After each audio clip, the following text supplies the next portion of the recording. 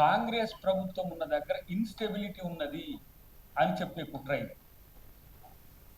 ఇలా ముఖ్యమంత్రి ఏది మాట్లాడని, ముఖ్యమంత్రి ఏది మాట్లాడితే దాంట్లో ఒక తప్పును తీసి ప్రచారం చేయడం.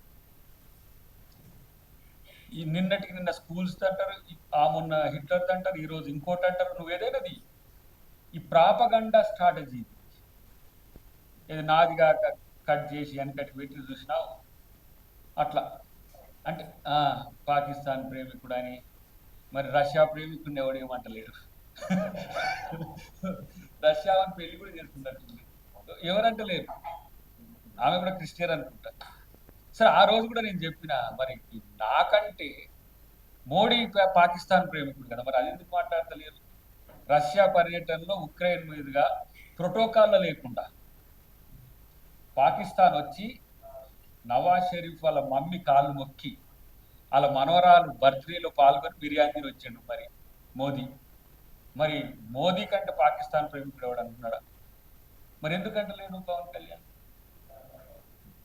మళ్ళీ అటేస్తే సనాతన ధర్మం వీడు వస్తేనేమో ఈయన పేరేంది రష్యా. ముగ్గురిని కాదు 10 మందిని చేసుకున్నావు కానీ మరి నిన్ను కూడా రష్యా ప్రేమికుడు అనే హక్కు ఉంది కదా మాకు.